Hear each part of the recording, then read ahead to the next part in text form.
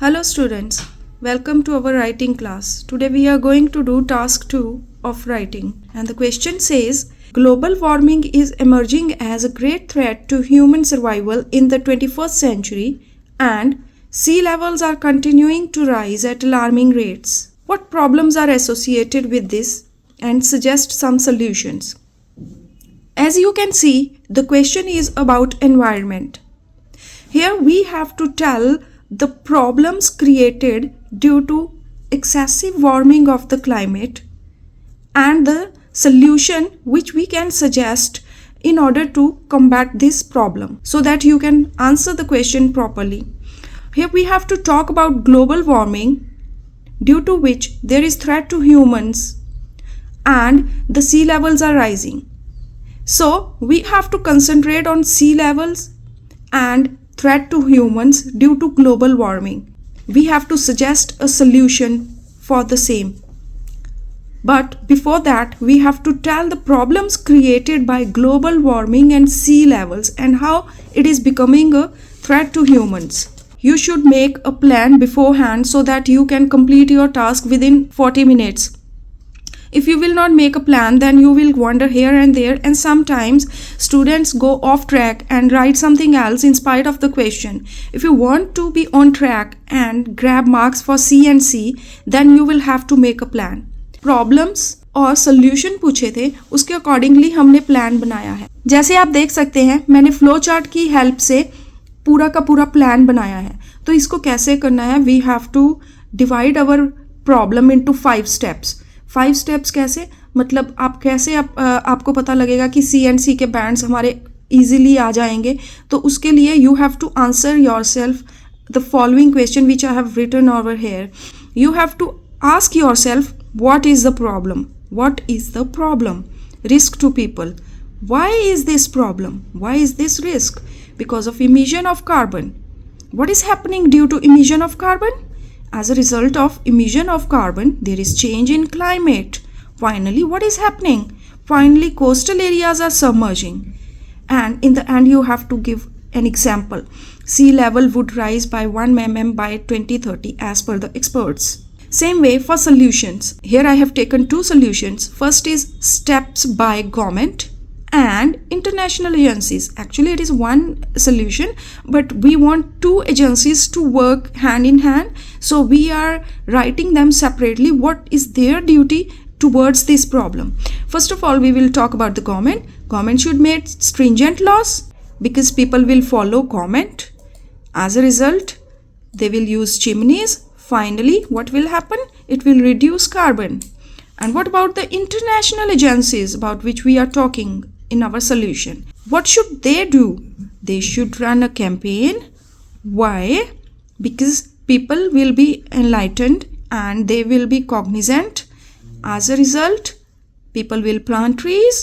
Finally, it will cool environment. So in this way, you can see this is a very good idea to write following points before making a plan, because when you will ask yourself these questions, then automatically the answer will come to you and you will not wander here and there before writing your plan. After doing your plan, you have to think over the vocabulary which you will use for this question. As you know that you have to paraphrase and write synonym of some common words which are repeated again and again in the task. So here I have written some vocab for you.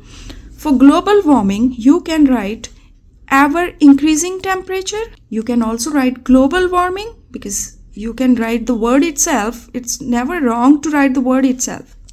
Even warmer temperatures, it means तापमान जो और बढ़ रहा है.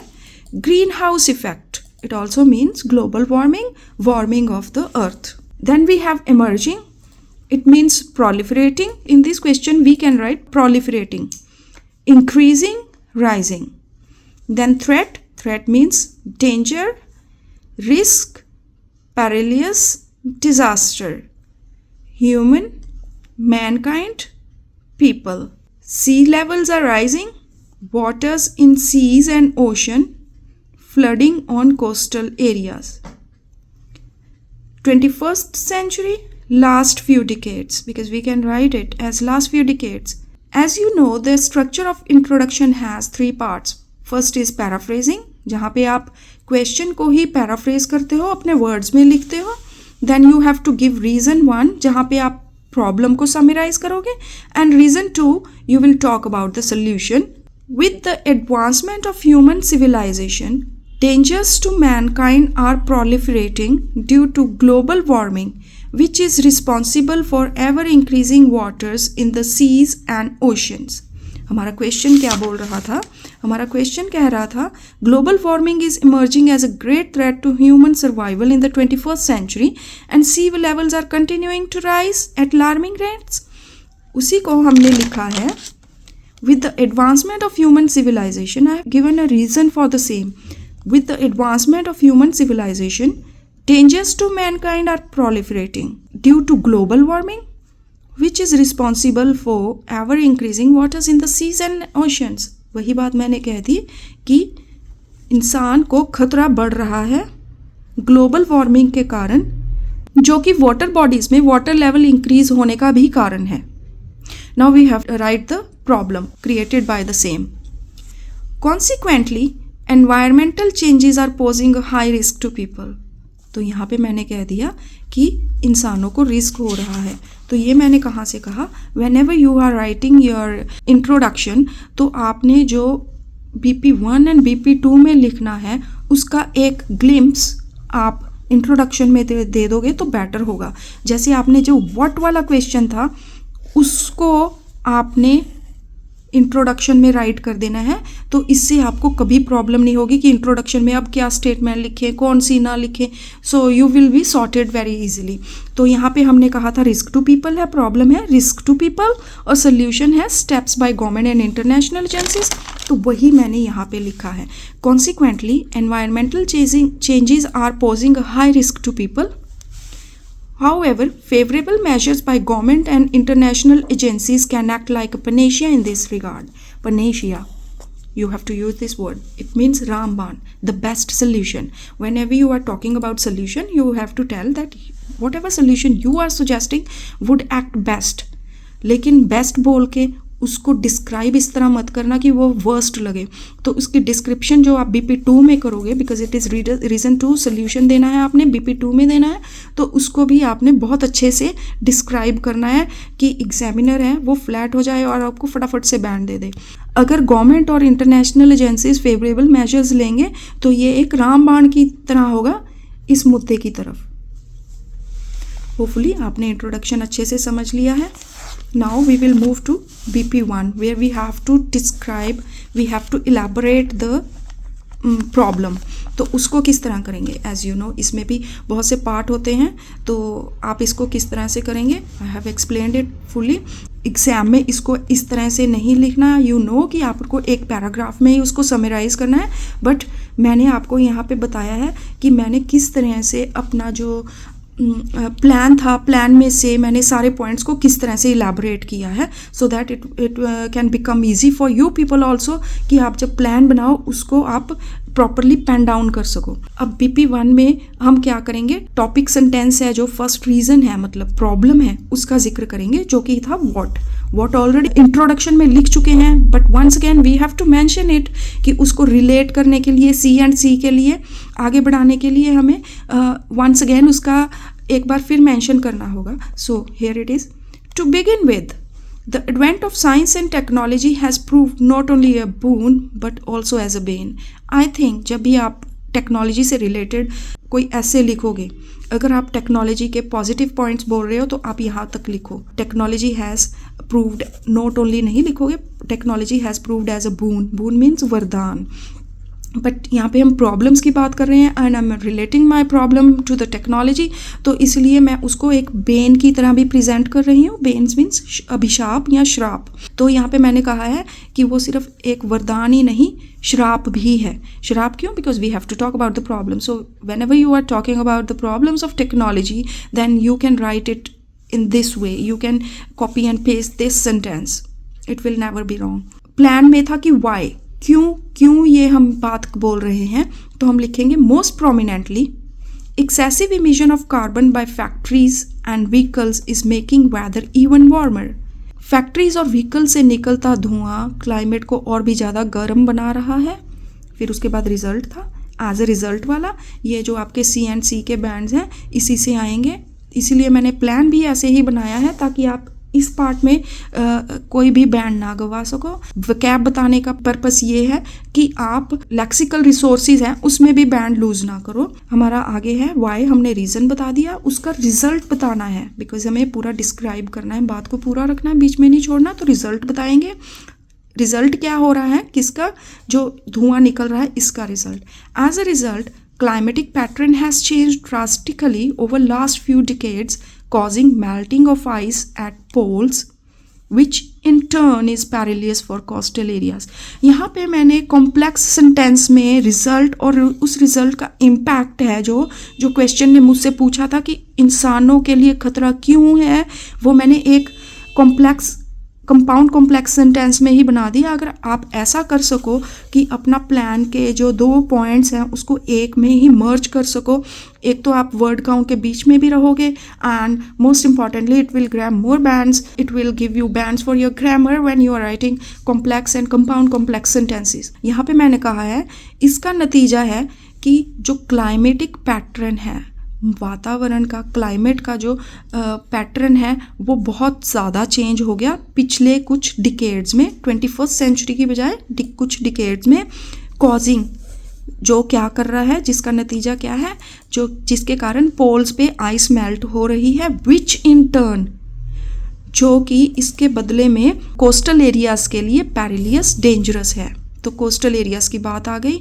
अगर coastal areas के लिए dangerous है तो ऑब्वियसली कोस्टल एरियाज़ पे रहने वाले लोगों के लिए भी डेंजरस होगा, तो हमने वो बात यहाँ पे बोल दी है। Now I will write my example and wind up the paragraph. Example में मैंने लिखा है which is a true incident which I heard in the news and I was shocked.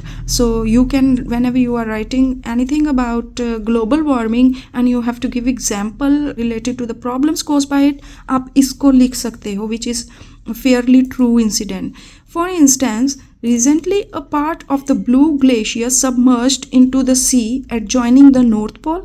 As per concerned experts, alike incidents would raise the level of sea by 1 mm. तो experts ने, scientist ने ये बोला है कि जो सी level है 1 mm तक रेज हो जाएगा अगर पोलर आइस ऐसे ही मेल्ट करती रही। तो इसके साथ मेरा एग्जाम्पल भी आ गया।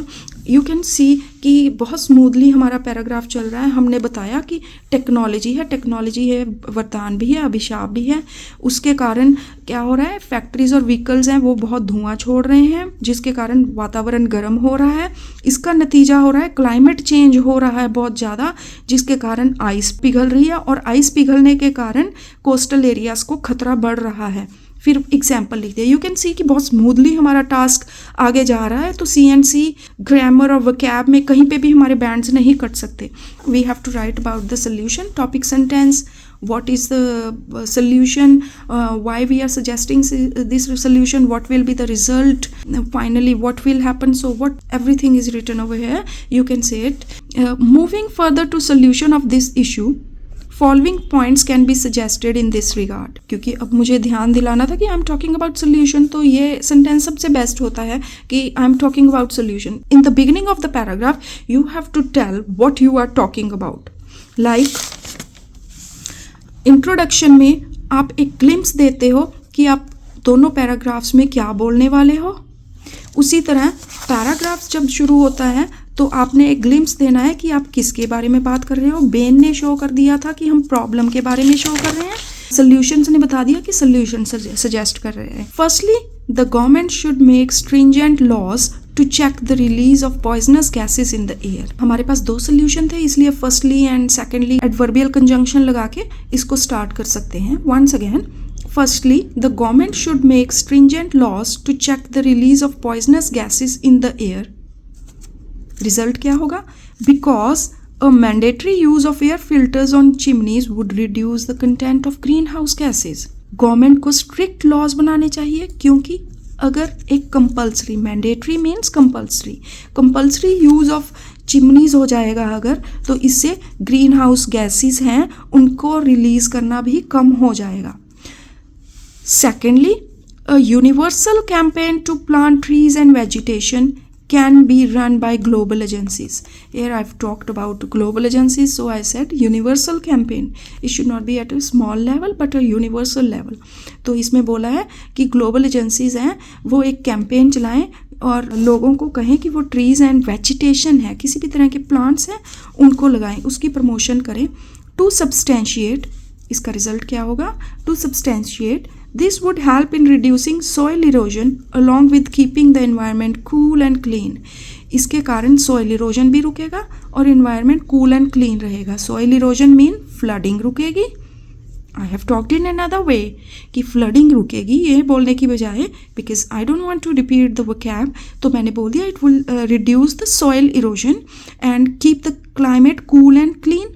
cool and clean means global warming कम होगी. तो we have talk the same thing which is said in the question in another way. What I will suggest you people is कि आपको एक ही चीज़ 3 बार बोलनी होती है. जैसे कि इस क्वेश्चन में प्रॉब्लम और सोल्यूशन पूछे हैं, तो आपने प्रॉब्लम और सोल्यूशन के बारे में इंट्रोडक्शन में बात की. देन BP 1 and 2 में again you have talk about the problem and solution but in another words. आपको वो कैब चेंज करनी है, अपना माइंडसेट चेंज करना है. एंड फाइनली कंक्लूजन में भी यही कहा जाता है कि जो BP 1, 2 और BP 2 में लिखा है वही लिखो. So we are writing the same thing 3 times. You should have a lot of vocabulary. और अगर वोकैब नहीं है तो उसी बात को आप दूसरे तरीके से कैसे कह सकते हो? लाइक आई हैव सेड कि सॉइल इरोजन और कूल एंड क्लीन एनवायरनमेंट. तो इस तरह से हम बोल सकते हैं. Finally I will say hence such steps can serve as a foundation to preserve the world from impending disaster. हमने एंड में ये बोलना है आने वाले खतरे से बचाने के लिए ऐसे स्टेप्स उठाए जा सकते हैं. Then conclusion. BP 1 and 2 की समरी लिखनी है तो वो किस तरह करेंगे? अगर आप एक सेंटेंस में भी उसको समराइज कर सकते हो तो दैट इज ऑल्सो सफिशिएंट. आप ये मत मानो कि 30 and 40 वर्ड्स ही चाहिए आपको कंक्लूजन में. To conclude, for every success of man nature had to pay ramification. इंसान ने जितनी भी तरक्की की है उसके कारण नेचर ने खमियाजा भुगता है. Therefore it becomes the obligation of the leaders and agents to come on front foot to save the world. यहाँ पे मैंने डायरेक्टली प्रॉब्लम के बारे में नहीं बोला, नेचर को हार्म के बारे में बोल दिया, लीडर्स एंड एजेंट्स की बात कर दी कि उनकी ऑब्लिगेशन है वो फ्रंट फुट पे आए दुनिया को बचाने के लिए. ये जो मैंने आपको ऐसे लिख के बताया है ये आप अच्छी तरह से समझ गए होंगे. अगर आप इस तरीके से पूरा का पूरा टास्क राइट करने की कोशिश करेंगे तो हो सकता है शुरू में आपको ज़्यादा टाइम लगे, but with passage of time आपकी जो परफॉर्मेंस है टास्क राइट करने की वो इम्प्रूव होगी और आप अपना टास्क है बहुत अच्छे से लिख सकोगे. I request you people to write the plan before writing your task because it saves a lot of time. Hope you like the video. Thank you.